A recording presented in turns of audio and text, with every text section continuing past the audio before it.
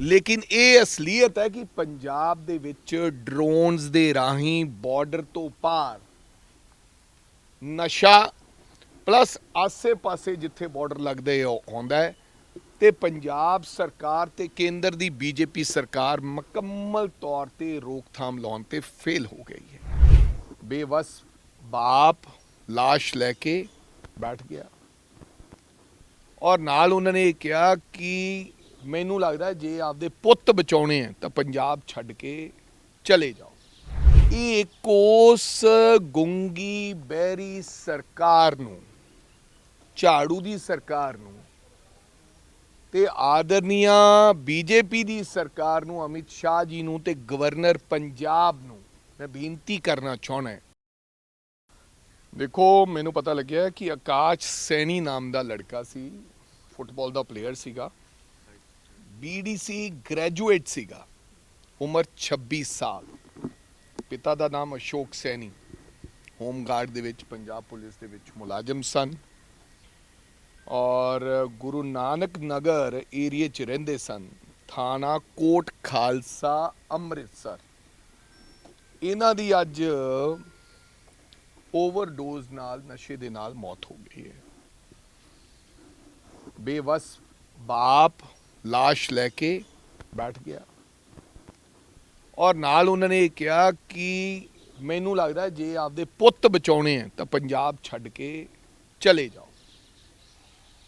ये एक उस गुंगी बहरी सरकार नूं झाड़ू दी सरकार नूं ते आदरणीय बीजेपी दी सरकार नूं अमित शाह जी नूं ते गवर्नर पंजाब नूं मैं बेनती करना चाहना है तुहाडियां यात्रावां तुहाडे झूठे दलासे पहला भी एक गवर्नर साहब आए सन वो भी इस तरह मार्च करते सी नशे ते और युद्ध नशियां विरुद्ध दे नारे दी पोल अज इस पुलिस दे मुलाजम ने खोल के तुहाडे सामने रख दी। बेशक तुसी हुण उहनूं दबाव पा लिया ते कह दिता कि पोस्टमार्टम नहीं करवाना ये नैचुरल डेथ है क्योंकि एक बेवस होमगार्ड का मुलाजम जिहड़ा पुत्त मर जाए उहदे कोल चारा नहीं क्योंकि SSP DGP सरकार मुकम्मल तौर पर मैनेजमेंट ते लालच ते लग जाती है उन्होंने देन कि यार हुण इस गल नूं घुमा किवें ना किवें।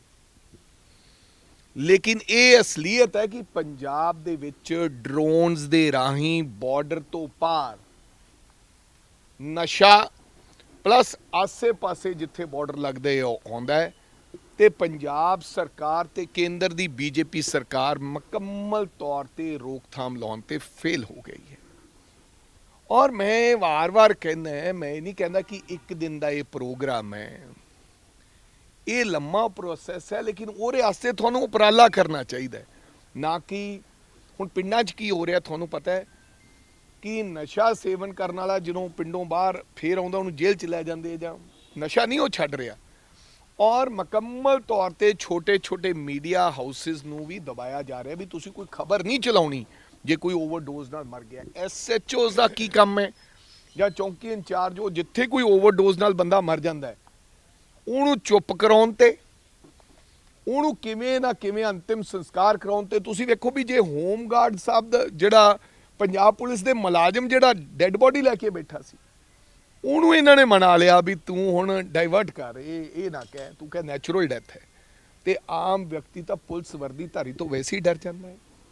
ਪਿੰਡਾਂ ਦੇ ਵਿੱਚ ਨਸ਼ਾ ਖਤਮ ਨਹੀਂ ਹੋਇਆ युद्ध नशा विरुद्ध मुकम्मल तौर पर फेल हो गया। मान साहब मेरी बेनती आओ रल मिल के बैठ के ਇਹਦੇ ਤੇ कोई तजवीज़ बनाओ किनू बेवकूफ बना रहे हो पंजाब नू पंजाब दे लोगों नू ते उन्हां बच्चों नू जिहड़े साडे बच्चे किनू गुमराह कर रहे हैं असी क्यों इस गल ते शाबाशी लैनी चाहुंदे हो सानू गल मन लेनी चाहिए है कि हजे तक किसी प्रकार का कोई असी ਇਹਦੇ ਤੇ उपराला नहीं कर सकते।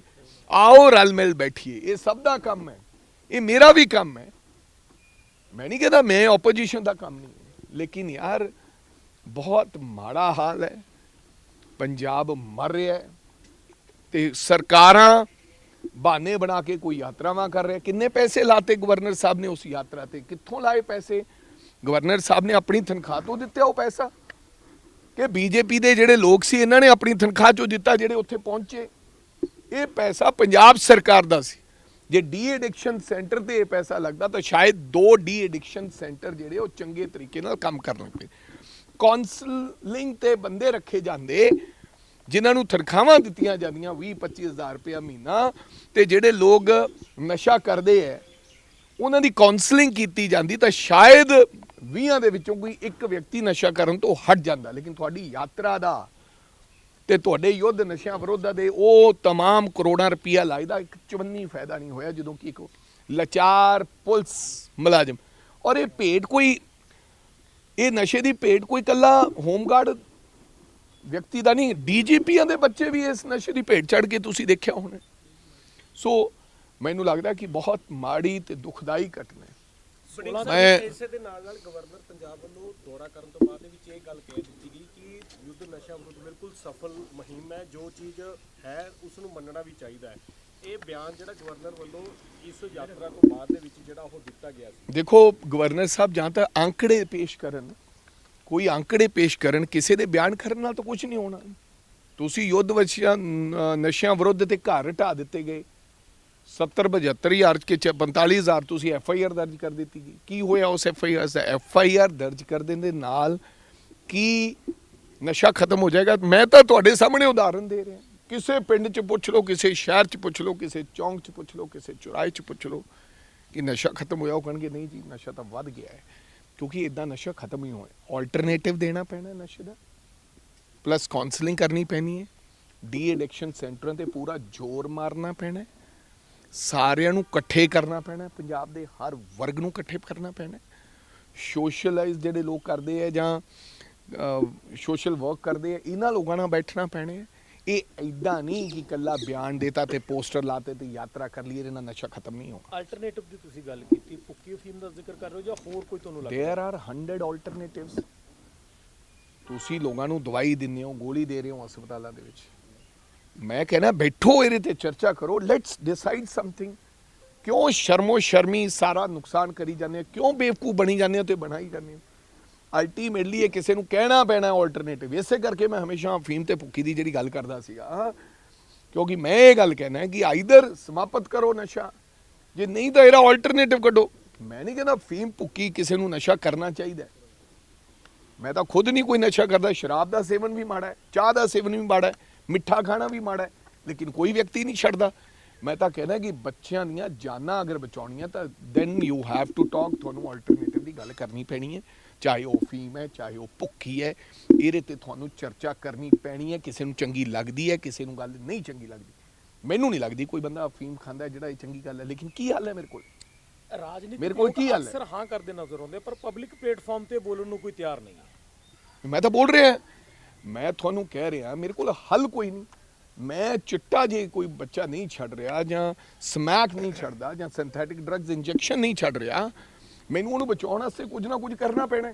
ਮੈਂ ਕਿਸੇ ਨਸ਼ੇ ਦਾ ਹਾਮੀ ਨਹੀਂ ਹਾਂ, ਮੈਂ ਸ਼ਰਾਬ ਦਾ ਵੀ ਹਾਮੀ ਨਹੀਂ ਹੈ। ਮੈਂ ਤਾਂ ਕਹਿੰਦਾ ਕਿ ਲੋਕ ਸ਼ਰਾਬ ਵੀ ਨਾ ਪੀਣ, ਲੇਕਿਨ ਕੋਈ ਮੇਰੇ ਕਹਿਣ ਤੇ ਛੱਡ ਰਿਹਾ ਨਹੀਂ।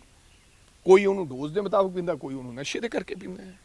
ਮੈਂ ਤਾਂ ਕਹਿੰਦਾ ਚਾਹ ਦਾ ਨਸ਼ਾ ਵੀ ਮਾੜਾ ਹੈ, ਪਰ ਅਲਟੀਮੇਟਲੀ ਇਹਦਾ ਹੁਣ ਬਜਟ 6 ਤਰੀਕ ਜਦੋਂ ਵੀ ਇਹਨਾਂ ਦਾ ਬਜਟ ਆਉਣਾ ਹੈ, ਬਜਟ ਸੈਸ਼ਨ ਤੇ ਇਹਨਾਂ ਨੂੰ ਇਹਦੇ ਉੱਤੇ ਚਰਚਾ ਕਰਨੀ ਚਾਹੀਦੀ ਹੈ। ਨਸ਼ੇ ਦੇ ਉੱਤੇ ਘੱਟੋ ਘੱਟ 4 ਦਿਨ ਦੀ ਚਰਚਾ ਹੋਏ, 117 ਦੇ 17 ਵਿਧਾਇਕਾਂ ਨੂੰ ਬੋਲਣ ਦਾ ਮੌਕਾ ਮਿਲੇ, ਨਾ ਕਿਸੇ ਨੂੰ ਨਿੰਦ ਕੇ ਵੀ ਤੁਹਾਡੇ ਸਮੇਂ ਆਇਆ ਸੀ, ਇਹ ਤੁਹਾਡੇ ਸਮੇਂ ਆਇਆ ਸੀ, ਅਸੀਂ ਇੰਨੇ ਪਰਚੇ ਕਰਤੇ, ਉਹ ਕਹਿੰਦਾ ਇੰਨੇ ਕਰਤੇ, ਉਹ ਕਹਿੰਦਾ ਅਸੀਂ ਯੁੱਧ ਨਸ਼ਿਆਂ ਵਿਰੋਧ ਕਰ ਲਿਆ, ਅਸੀਂ ਹਰਮੰਦਰ ਸਾਹਿਬ ਅਰਦਾਸ ਕਰਾਤੀ, ਉਹ ਕਹਿੰਦਾ ਮੈਂ ਗੁਟਕਾ ਸਾਹਿਬ ਫੜ ਕੇ ਸਹੁੰ ਖਾ ਲਈ, ਕੋਈ ਕਹਿੰਦਾ ਮੈਂ ਯਾਤਰਾ ਕਰ ਲਈ। ਇਹਦੇ ਤੇ ਨਾ ਕਰਕੇ ਇਹ ਕਹਿਣਾ ਚਾਹੀਦਾ ਕਿ ਆਓ ਹੁਣ 4 ਦਿਨ ਦੀ ਇਹਦੇ ਤੇ ਚਰਚਾ ਕਰੀਏ।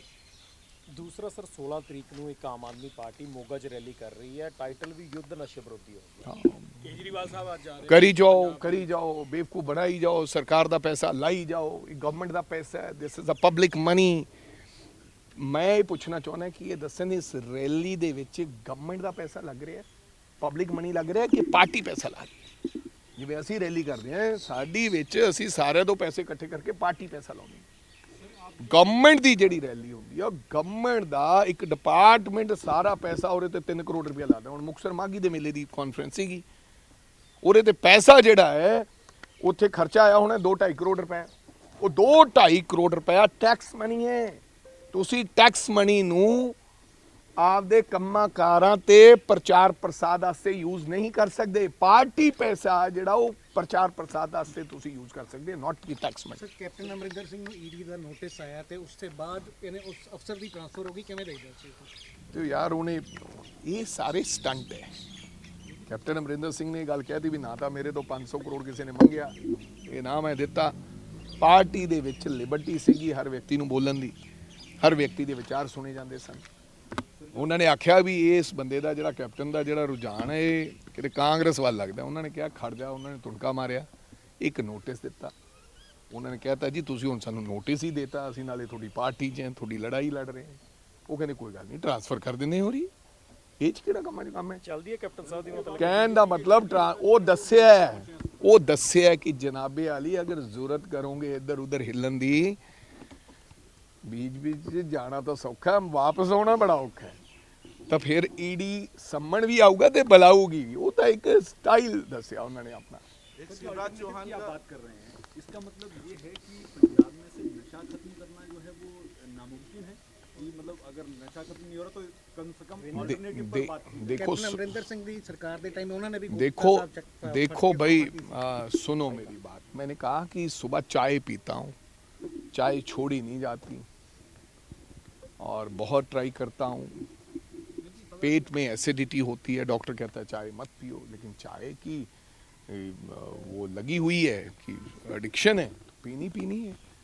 लेकिन फिर मैं क्या करता हूँ, अब चाय अगर बहुत दिल करे तो चाय पी लेता हूँ, नहीं तो फिर मैं ग्रीन टी उसमें शहद डालकर कोई ना कोई ऑल्टरनेटिव लेता हूँ, सो दैट मेरा सर दर्द ना हो और मेरी चाय की जो तमा थी वो थोड़ी उससे बुझ जाए।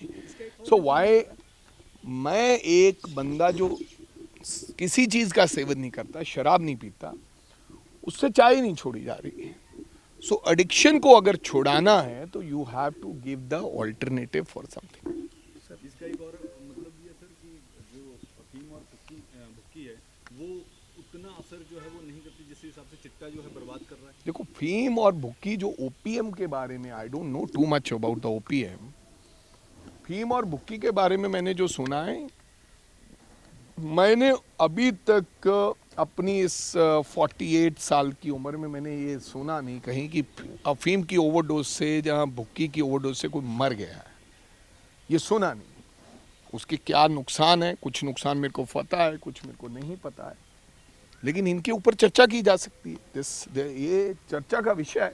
सर केंद्रीय मंत्री शिवराज चौहान और पीयूष ने कहा है कि Rahul Gandhi fake narrative build कर रहे हैं किसानों के मामले पर जो ट्रेड डील हुई है वो कह रहे कोई नुकसान नहीं है। फेक नैरेटिव हम थोड़ी, कोई नैरेटिव फेक हो सकता है? वो तो फेक नैरेटिव तो आप करते हो क्योंकि आपके पास बड़े बड़े मीडिया हाउसेज हैं, आपके पास पैसा है, आप सोशल मीडिया पे ट्रोल कराते हो। कांग्रेस पार्टी तो फेक नैरेटिव कर ही नहीं सकती। अगर किसान को लगेगा कि अच्छा फैसला है तो किसान हमारी बात क्यों मानेंगे भाई? अगर किसान की आय दुगनी कर दोगे, आप तो ये भी कहते थे 3 काले कानून अच्छे कानून है, ਤੁਸੀਂ ਕਿਹਾ ਸੀ 3 ਕਾਲੇ ਕਾਨੂੰਨ ਚੰਗੇ ਕਾਨੂੰਨ ਹੈ, ਇਹਦੇ ਨਾਲ ਕਿਸਾਨ ਦੀ ਆਮਦਨ ਦੁੱਗਣੀ ਹੋ ਜਾਏਗੀ। ਕਿਸਾਨ ਬੈਠਾ ਰਿਹਾ ਧਰਨੇ ਤੇ ਕਿਉਂ? ਕਿਸਾਨ ਨੂੰ ਪਤਾ ਸੀ ਦੁੱਗਣੀ ਨਹੀਂ ਹੋਣੀ, ਬਰਬਾਦ ਹੋ ਜਾਣਗੇ। ਸਰ ਪੁਲਵਾਮਾ ਨੂੰ ਅੱਜ 7 ਸਾਲ ਹੋ ਗਏ ਨੇ, ਕਿਵੇਂ ਦੇਖਦੇ ਹੋ? ਇਹ ਤਾਂ ਹੁਣ ਤੁਸੀਂ ਬੀਜੇਪੀ ਦੇ ਲੋਕਾਂ ਨੂੰ ਸਵਾਲ ਪੁੱਛੋ ਕਿ ਪੁਲਵਾਮਾ ਨੂੰ ਕਿਵੇਂ ਦੇਖਦੇ ਹੋ। ਹਜੇ ਤੱਕ ਇਨਕੁਆਇਰੀ ਚੱਲ ਰਹੀ ਹੈ ਔਰ ਮੈਨੂੰ ਲੱਗਦਾ ਕਿ ਜਿੰਨਾ ਚਿਰ ਬੀਜੇਪੀ ਦੀ ਸਰਕਾਰ ਰਹੇਗੀ पुलवामा एक राज रहेगा। इसके ऊपर किसी प्रकार की कोई जानकारी सरकार देगी नहीं। क्यों हुआ, गलती किसकी थी, किसने कराया, क्या बात थी, क्या राज था। अगर सरकार बदलेगी तो फिर पुलवामा की जांच होगी।